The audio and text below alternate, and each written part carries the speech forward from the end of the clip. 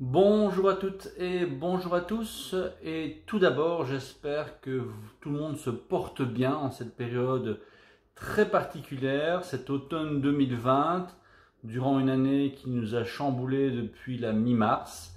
Alors je vous ai posté hier la vidéo de la deuxième étape d'une prise en main physique et mentale durant le premier confinement, le confinement du printemps.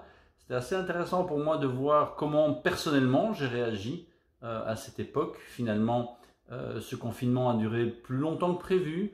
On est de nouveau dans un espèce de semi ou de confinement total selon la profession dans laquelle on exerce. J'ai à nouveau la chance de pouvoir continuer à 90% mes activités.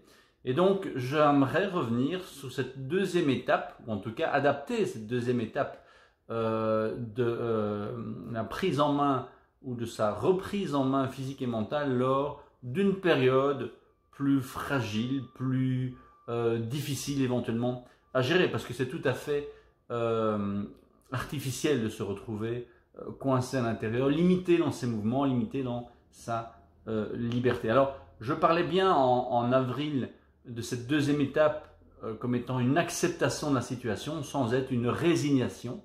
Et je dirais même plus aujourd'hui un lâcher-prise sur effectivement une situation mondiale qui nous dépasse, mais ça ne veut pas dire que nous pouvons rester inactifs. Je fais référence à Pablo Andrés qui nous permet de voir les choses avec beaucoup d'humour. Je vais vous poster sa dernière vidéo qui effectivement pose pas mal de questions sur la situation, bien évidemment en respectant la place de chacun. Alors dans cette acceptation, il y a une partie, comme je l'ai dit en avril, qui est moins mon expertise, mais plus un échange d'informations. Je vais vous poster deux vidéos qui me semblent être intéressantes. La première d'un eurodéputé, la deuxième d'un médecin français. Je pense que c'est vraiment important, même si nous lâchons prise sur une situation qui nous est, je dirais, difficile à comprendre, à maîtriser, à contrôler. On parlait effectivement au mois d'avril de cette difficulté pour certains de ne pas pouvoir contrôler leur environnement. Or, on ne peut contrôler son environnement, on ne peut contrôler que ce qui se passe entre nos deux oreilles, c'est-à-dire toutes les pensées, réflexions et tout le gambergement qui peut se passer à ce niveau-là. D'ailleurs, là, c'est par contre mon expertise. Dans cette deuxième étape, autant la première étape, je vous invitais à faire le bilan. Aujourd'hui, je vais vous inviter à accepter les éléments sur lesquels vous n'avez pas d'emprise ou les éléments sur lesquels vous avez toujours des difficultés. J'ai partagé la semaine dernière certains de mes prises de conscience. Je partagerai demain dans la prochaine vidéo mes difficultés à moi en tant que coach. Je veux dire, beaucoup de personnes estiment ou pensent à tort que le coach finalement il est tombé un peu comme Obélix dans la marmite et qu'il a toujours été sportif, il a toujours bien mangé, il a toujours eu facile à se détendre, etc. Mais effectivement, on a chacun nos défis personnels.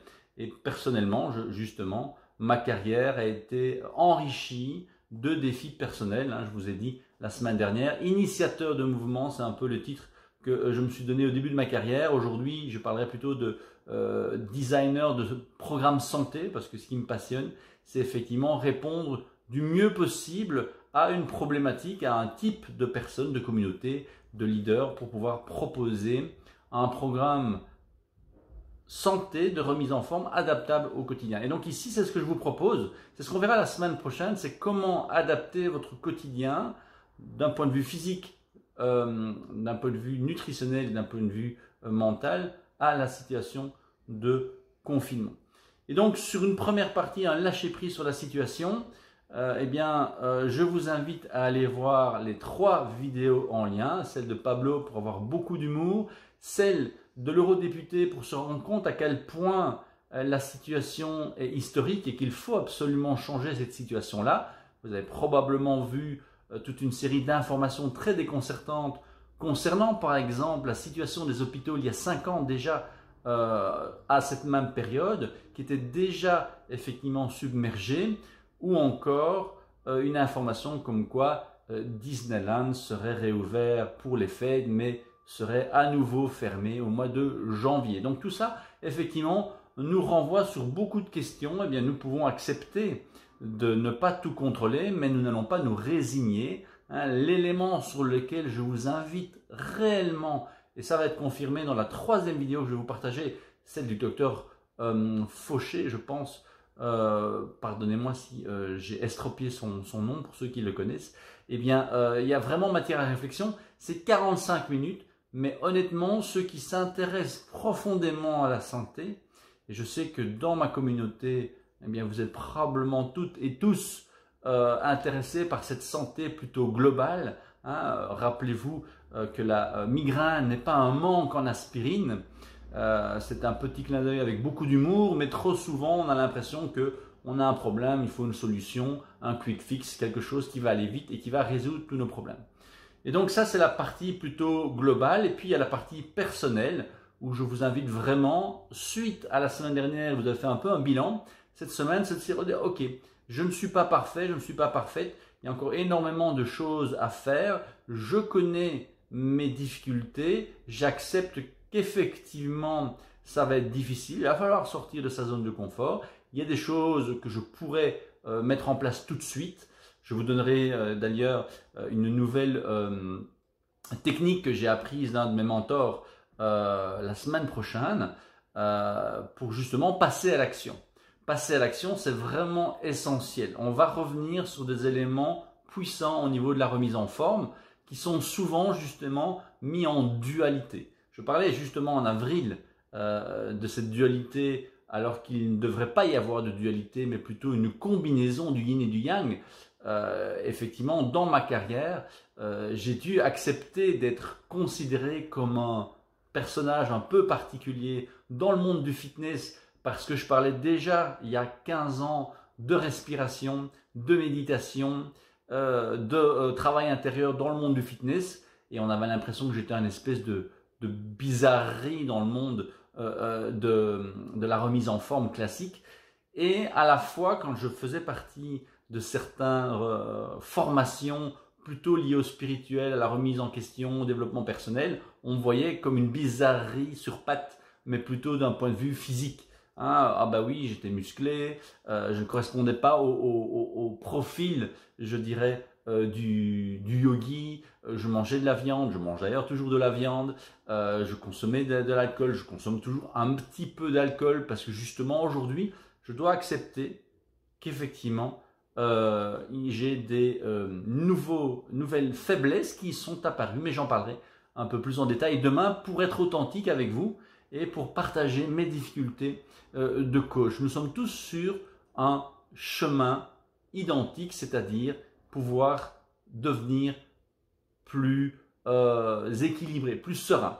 Mon mantra, être enfant pour grandir à tout point de vue, physique, émotionnel, mental et spirituel. Et nous avons tous et toutes nos points faibles, nos talons d'Achille sur lesquels effectivement nous pouvons bosser. Aujourd'hui, personnellement, je le ferai demain, je dois travailler sur des éléments qui effectivement me surprennent aujourd'hui, après 20 ans de carrière, mais quelque part, après 12 ans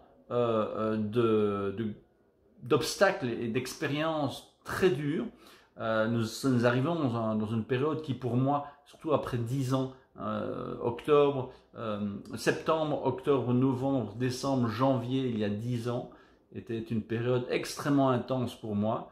Je sens que j'ai énormément de choses qui ont guéri, néanmoins également beaucoup de travail encore à faire pour pouvoir devenir, comme certains disent, la meilleure version de moi-même, sans compétition aucune, sans, je dirais, recherche d'excellence, puisque l'excellence est très compliqué, c'est se mettre la barre très très haut, mais on peut aller chercher cette meilleure version de soi-même. Et comme je le dis souvent, la vie est un sport individuel que nous pratiquons en équipe.